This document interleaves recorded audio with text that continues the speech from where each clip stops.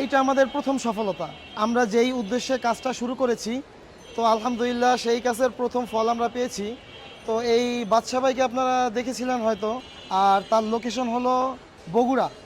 এই যে তার বগুড়া থেকে ভাই আসছে, আর তার বাবাও প্রতিবন্ধী, আর তাও মাও অসুস্থ, যার কারণে বাপ মা কেউ আসতে পারে নাই।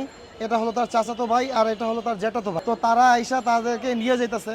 থানায় আসছি, তো তাদের যে কাগজপত্র আছে, ডকুমেন্টারি, সেগুলো আমরা থানায় জমা দিছি পুলিশ ক্লিয়ারেন্সের মাধ্যমে। আর থানার ভিতরে আমরা যথেষ্ট পরিমাণ আলহামদুলিল্লাহ পুলিশের যথেষ্ট পরিমাণ ভালো সাপোর্ট এবং ভালো ব্যবহার পাইছি। আমরা কোনোদিনও আশা করিনি এত তাড়াতাড়ি এত অল্প সময়ের ভিতরে এত ভালো ব্যবহার আমরা তাদের থেকে পাবো।